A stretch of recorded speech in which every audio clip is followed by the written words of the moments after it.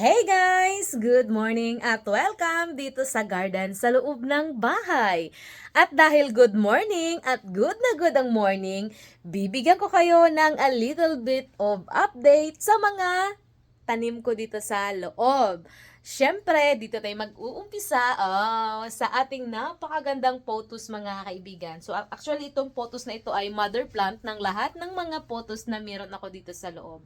So, charalets! O, diba? Para na talagang vlogger ang feg ko ngayon.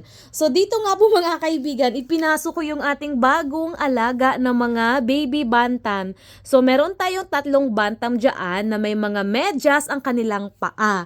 So, nilagay ko sila dyan kasi nga po, umiiyak sila doon sa poultry kasi nga po malamig pa po ngayon. Nag 0 degrees na naman, tapos yung feeling ay 2 degrees mga kaibigan. So, hindi 2 degrees, minus 2 degrees. So, sobrang lamig po nun at saka frozen po yan sa labas.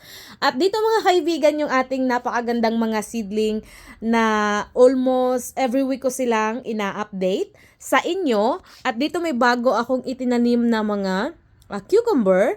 So, yung cucumber na to mga kaibigan, ito po ay pickle style cucumber. So, mga maliliit sila. So, kung makikita ninyo, ang ganda ng kanilang tubo. Actually, 3 po yan sa bawat butas, tinanggal ko na. So, aantayin ko lang siya ng konting kembot. Tapos, tinatanggal ko din po bawat butas, nag-iiwan ako ng isa. So, gagawin ko po ito para makapagpili ako ng mas magandang mga seedling. So, meron tayo dito. Ayan. Tatanggalin natin na sila. So, actually, madami naman po yan. Kaya, no worries. Dito din meron. O, yung asawa ko, nagsuot na naman siya ng pang-winter na kanyang kasuotan. Kasi nga po, malamig pa po sa labas. Sobra. Tapos, dito ay ayan, yung ating kohlrabi. Ang ganda na. Nilipat ko siya dyan. Kasi ginamit ko yung ating seedling tray. Tapos, yung ating mga opo dito, mga kaibigan. So, nakalagay na siya dito. So, titingnan natin yung puwet. So, hindi pa naman lumalabas yung ugat sa kanyang ilalim or sa bottom part ng kanyang baso. So, kapag lumabas na po yung ugat dyan, kailangan nyo siya ng ilipat ng another. Ayan, nag-umpisa na. Ilipat nyo siya ng another bigger na mga pot. So, pero okay lang yan. Ilalabas ko na ito soon kasi yung greenhouse ko, in-install siya ng asawa ko. Tapos, meron tayo ditong mga seedling ng mga melon. So, ito ginawa ko ito. Nagsidling talaga ako ng marami para at least kung mamatay yung iba, at least marami akong reserba. O, di ba? Ganyan po ako parang hype na hype magsidling mga kaibigan. No? Parang, ewan ko lang, trip ko lang talaga. Tapos yung mga basil natin na actually ito yung mga basil or sangig talaga na variety na meron kami sa bundok doon sa Pilipinas. Mas gusto ko to, mas mabango to at saka mas masarap to kumpara doon sa normal basil na yung malalaki dito. Tsaka meron tayo dito anit o anit yan. Mabango ito. Masarap yan sa salad basta alam niyo na mahilig ako sa mga ganyan. Tapos dito sa ilalim meron tayo ditong bonita or yung kalabasa na galing sa Pilipinas ang mga seeds. Sa mga nagtatanong din po kung po pwedeng magdala ng mga seeds, no? Pag umuwi po kayo ng Pilipinas, yes, of course naman pwedeng magdala ng seeds. As long as mga kaibigan, i-declare ninyo, wag niyo itago sa mga medyas ninyo, ha? Tapos dito yung ating seedling ng another opong bilog, ayan. Galing po ito sa mga seeds na mga naani ko sa garden ko. Magbebenta na rin ako ng mga opo seeds kasi ang dami kong mga opo. So, ito sila, tinry ko munang itanim kung nag-germinate ba ang mga seeds. So, dahil nag-germinate siya, so, ibenta natin. Dahil mukha tayong pera, kailangan lahat talaga pagkakitaan. Tapos, dito meron tayong ampalaya na pausbong na. At dito, another seedling tray ng ampalaya. Ayan, ampalaya. Meron tumubo doon. So, iba-ibang variety po yan siya ng ampalaya. Tapos dito, another variety ng ampalaya. Diba? Marami akong ampalaya. At sa baba, andito na yung ating mga talong na tinanggalan natin ng dahon. At saka nung tinanggal ko yung dahon niya, mga kaibigan, mas lalong nag-green at lumaki ang mga dahon. Kita nyo naman to. So, dahil lumaki na to, tanggalin natin. So, wala lang. Nag-trip lang ako at tingnan nyo naman yan, yung tinanggalan natin. Ang dami ng mga sanga-sanga dyan, 'Di ba ang ganda nila, tapos yung ating kalabasa dito, so meron tayong Supremo kalabasa, galing din po sa Pilipinas 'yan. Meron tayo doon mga kalabasa. Marami akong variety ng kalabasa this year. Tapos yung kale ko nilipat ko na doon, tapos yung mga zenya, tapos yung ating mga violet na okras, ayan. Medyo maselan yung okra. Tapos dito, andito okra din to, dito. Sulitan natin, be. Tapos yung ating mga kamatis, then yung ating, ay, ang ganda ng kamatis, oh. Ayun, oh, ang laki na ng puno, oh. Tapos meron tayo ditong mga, kailangan ko nang ilipat talaga to. Kailangan matapos na yung greenhouse ko. Kasi yung aking, anong tawag dito? Ano to? Wig beans?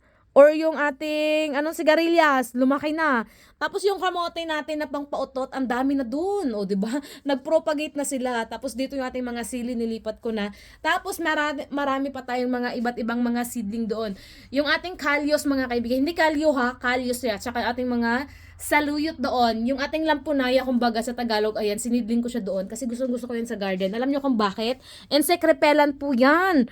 Yes, pampaano yan, pampaganda tsaka protekta sa ating mga ayan. Nagyayelo yung ating kamatis kasi nga po mga kaibigan, maliit ng kanilang mga baso.